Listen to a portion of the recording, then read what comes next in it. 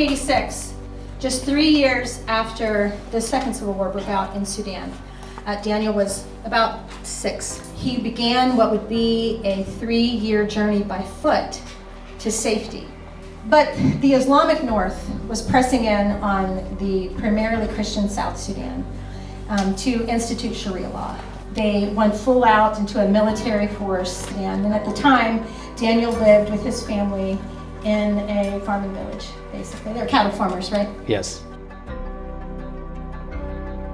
When the war came to his front door, everyone in that village was either murdered or taken away, except for the boys that weren't of fighting age. They were of no threat and of no use to the enemy army. So that left about 24,000 orphaned boys fleeing for their lives. They left on foot and they ran, and it took them about 3 months to get to Ethiopia. However, the war started to get so bad in Ethiopia, they were forced out by military. They ran back to Sudan, but this is months and hundreds of miles. So then they get back to Sudan. Sudan says, you cannot stay here. And they force them to Kenya. And Kenya's a much further journey. It's about 1,000 miles barefoot. It took them about a year to get to Kenya, where they settled in a settlement camp, and Daniel spent the next 8 years of his life until he was about 18. When I left Sudan when I was young. I didn't choose to leave, but war started. Our village on fire. We went to Ethiopia in 1987. In 1991, another war broke out again. And it was all those things we went through. I think it was a God purpose. There's a meaning for it. We thought we'd go back to Sudan. Unfortunately, it didn't happen. When war broke out in 91 in Ethiopia, we walked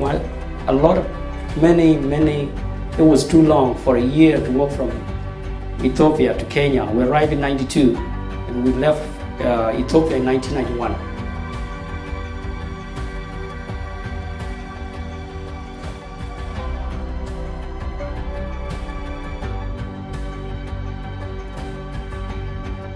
With all the suffering that I went through, I feel joy. We have people been here for so many years in their life, 80 years, 90 years old, but they still question that, is there any God around? You have to be in it, in a sense of God, the spirit of it, the wisdom, the energy, the power it has in you is something no one can see. And don't fear anything that you see on a planet. Each of us will die. We will leave this world one day. And we should not frighten us. The only thing human beings need on a planet to be a good human being is the love of God, the Spirit of God, the wisdom of God. We need to give the people the Word of God, to be in the Spirit of God, in the wisdom of God around the globe, not only in America, but around the world. You know, when we go through hard times, we begin to question, God, where are you in this? And I know that we talked and there were times where you questioned God, but there was also recognizing that what was happening was not necessarily as a result of God, but about the people who don't know God. And that there's a difference in what you saw is how people react, those people who behave with God versus without God. If God is working in people's life will be better. But if they don't have God in themselves, it's a disaster to the nation, to the family, to the community. It's a distraction.